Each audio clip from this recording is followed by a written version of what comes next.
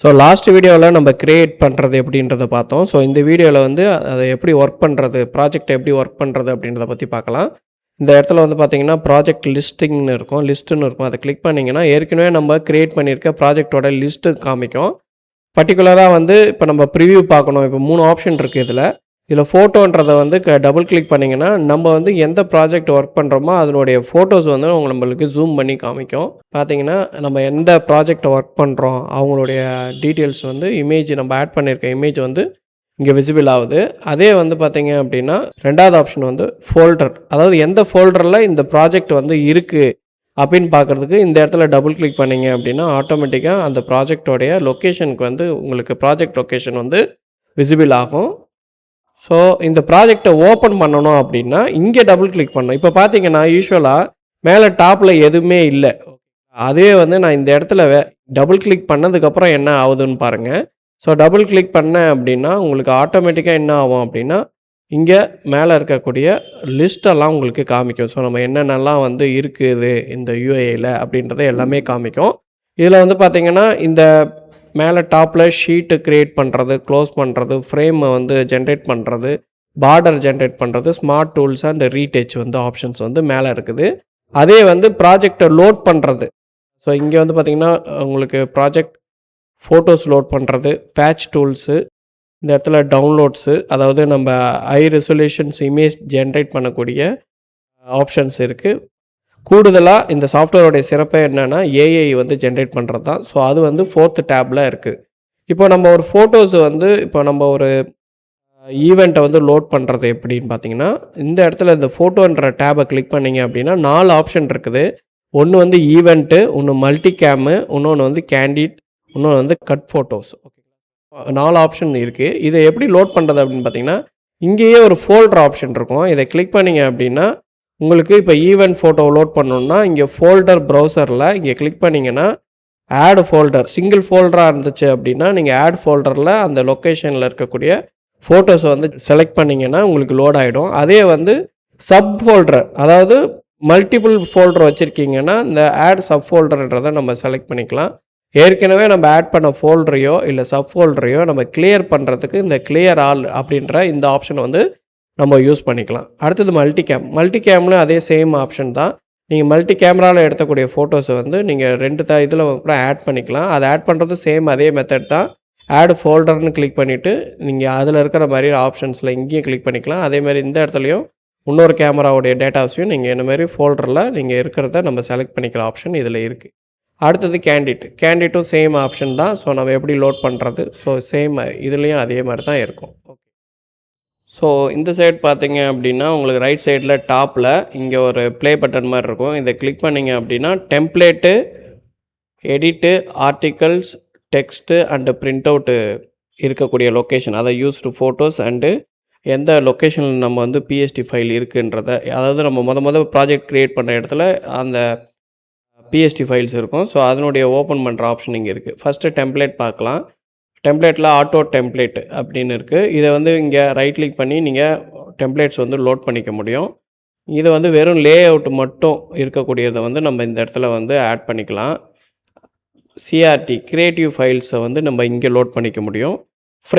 Frames மட்டும் இருக்கக்கூடிய டெம்ப்ளேட்ஸை வந்து லோட் பண்ணுறதுக்கு இந்த ஆப்ஷன் வந்து யூஸ்ஃபுல்லாக இருக்கும். ஸோ அடுத்த டேப் பார்த்திங்கன்னா எடிட் ஆப்ஷன்ஸில் வந்து பார்த்திங்க அப்படின்னா உங்களுக்கு சிசி, அதாவது கலர் கரெக்ஷன். இப்போ ஒரு பர்டிகுலர் ஃபோட்டோஸ் ஓப்பன் பண்ணி நீங்கள் வந்து அதில் கலர் கரெக்ஷன் பண்ணுறதுக்கான எல்லா ஃபெசிலிட்டிஸும் இருக்குது. இது வந்து சிசின்ற இந்த டேப்பில் இருக்குது. செலக்ட் பண்ணி நீங்கள் ப்ளே பண்ணிங்கன்னா ஆட்டோமேட்டிக்காக அந்த இமேஜுக்கு வந்து பார்த்திங்கன்னா கலர் கரெக்ஷன் ஆகிடும். அடுத்தது ரீநேம், அதாவது நம்ம வச்சுருக்க லேயர்ஸ் எல்லாத்தையும் ஃப்ரேமாக ரீநேம் பண்ணுற ஆப்ஷன் வந்து இந்த இடத்துல இருக்குது. ஸோ 3வது ஆப்ஷன் வந்து பார்த்திங்கன்னா க்யூ, அதாவது ஃபார் எக்ஸாம்பிள் நான் உங்களுக்கு ஒரு ஷீட் வந்து க்ரியேட் பண்ணி காமிக்கிறேன். நம்ம மொதல் ப்ராஜெக்ட் க்ரியேட் பண்ணும்போது என்ன சைஸ் கொடுத்தோமோ அந்த சைஸை வந்து கிளிக் பண்ணுங்கள்.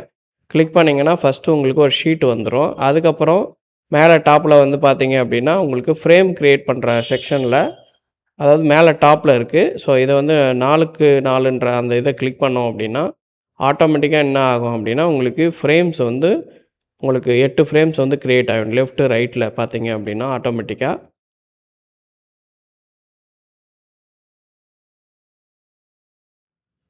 ஓகே 8 ஃப்ரேம் கொடுத்தோடனே ஏற்கனவே இருக்கிறத நான் கிளியர் பண்ணிடுறேன். அதாவது நம்ம இமேஜ் லோட் பண்ணல, வெறும் லேயர் மட்டும் நம்ம ஏற்கனவே இருக்கிறத கிளியர் பண்ணுறேன். இப்போ புதுசாக இருக்கிறத நான் வந்து எப்படி செலக்ட் பண்ணுறதுன்னா, நம்ம ஃபோட்டோஷாப்பில் போயிட்டு இந்த லேயரை செலக்ட் பண்ணுறதுக்கு பதில் இங்கேயே வந்து கெட் செலக்ட் ஆல் அப்படின்னு கொடுத்தீங்க அப்படின்னா ஆட்டோமேட்டிக்காக இருக்கிற ஃப்ரேம்ஸ் எல்லாமே இங்கே வந்து ஆட்டோமேட்டிக்காக செலக்ட் பண்ணிக்கும். அப்படி செலக்ட் பண்ண ஃப்ரேம்ஸில் இப்போ பார்த்தீங்கன்னா 8 ஃப்ரேம் இருக்குது. அது எல்லாமே இங்கேயே நம்மளுக்கு விசிபிள் ஆகிடும். சப்போஸ் நீங்கள் வந்து ஃபோட்டோஸ் லோட் பண்ணி இப்போ இங்கே ஈவெண்ட்ஸில் வந்து நீங்கள் ஃபோட்டோஸ் லோட் பண்ணியிருந்தீங்கன்னா எந்தெந்த ஃப்ரேமில் வரணுமோ அந்த ஃப்ரேமை செலக்ட் பண்ணி அதுக்கு ஏற்ற ஃபோட்டோ செலக்ட் பண்ணி டபுள் கிளிக் பண்ணிங்கன்னா ஆட்டோமேட்டிக்காக அந்த ஃப்ரேமில் போய் ஆட்டோமேட்டிக்காக உக்காந்துரும். நீங்கள் இங்கே போயிட்டு பண்ணக்கூடிய, அதாவது ஃபோட்டோஷாப்பில் போயிட்டு கிளிக் பண்ணி பண்ணக்கூடிய விஷயங்களை நம்ம இந்த இடத்துலையே பண்ணக்கூடிய ஒரு ஃபெசிலிட்டிஸ் வந்து இந்த எடிட் ஆப்ஷனில் இந்த கியூவில் இருக்குது. அடுத்தது ஆர்டிக்கல் பற்றி பார்க்கலாம். ஆர்டிக்கலில் mask, PNG, overlay, skies, mockup and oil painting இது எல்லாமே வந்து நம்ம இந்த செக்ஷனில் லோட் பண்ணிக்கலாம்.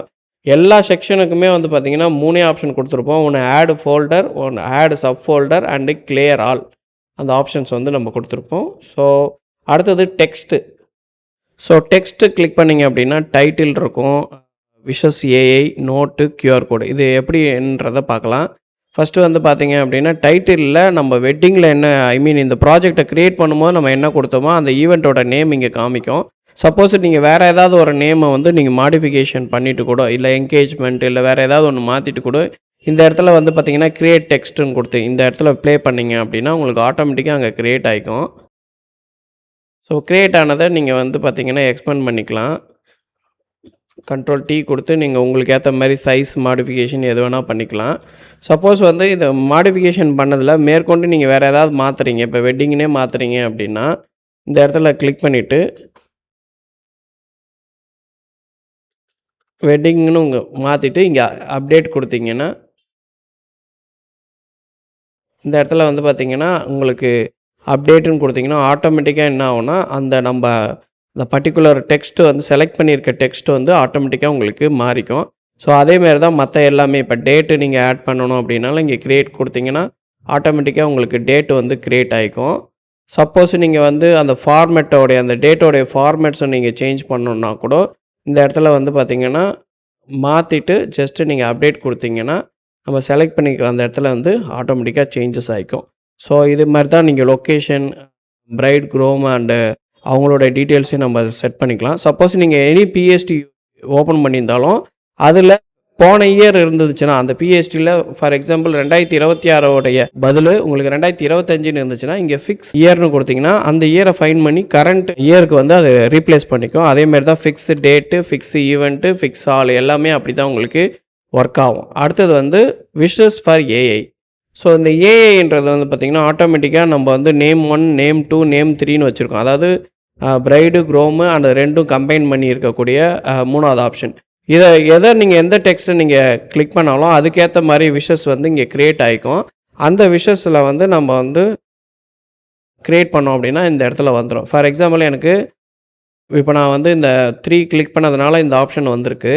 இதில் பர்டிகுலர் டெக்ஸ்ட்டு, இந்த டெக்ஸ்ட்டு மட்டும் எனக்கு இங்கே வரணும் அப்படின்னா அந்த டெக்ஸ்ட்டை நான் இந்தமாதிரி மார்க் பண்ணி செலக்ட் பண்ணிவிட்டு க்ரியேட் அப்படின்னு கொடுத்தீங்கன்னா ஆட்டோமேட்டிக்காக உங்களுக்கு க்ரியேட் ஆகி வரும். ஸோ அது உங்களுக்கு எந்த பொசிஷனில் வைக்கணுன்றதை அதுக்கேற்ற மாதிரி நீங்கள் அலைன் பண்ணி வச்சுக்கலாம். ஃபார் எக்ஸாம்பிள் நான் இந்த இடத்துல வைக்கிறேன்னு வச்சுக்கோங்களேன். இப்போ சப்போஸ் இந்த டெக்ஸ்ட்டு வேணாம், எனக்கு வேறு டெக்ஸ்ட்டு வேணும் அப்படின்னா இந்த இடத்துல செலக்ட் பண்ணிவிட்டு அகெயின் வந்து பார்த்திங்கன்னா அப்டேட் கொடுத்தீங்கன்னா அந்த இடத்துல வந்து பார்த்திங்கன்னா ஆட்டோமேட்டிக்காக அப்டேட் ஆகிக்கும்.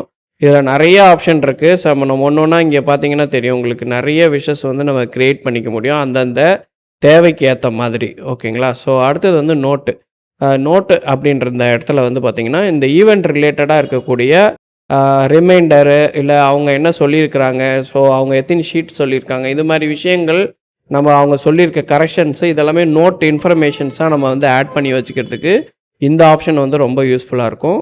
ஃபைனலி வந்து கியூஆர் கோடு வந்து இந்த ஃப்ரண்ட் ஸ்க்ரீனில் நம்ம வந்து அந்த ஈவெண்ட் பற்றிய ஃபுல் டீட்டெயில்ஸை வந்து ஒரு கியூஆர் கோடாக நம்ம கொடுக்கலாம். ஸோ அதுக்கான ஆப்ஷன்ஸ் இங்கே இருக்குது. இப்போ இங்கே பார்த்தீங்கன்னா ஈவெண்ட் டீட்டெயில்ஸு நமக்கு இருக்குது. ஸ்டூடியோ டீட்டெயில்ஸ் வேணுன்னா ஸ்டூடியோ டீட்டெயில்ஸ் நம்ம ஆட் பண்ணிக்கலாம்.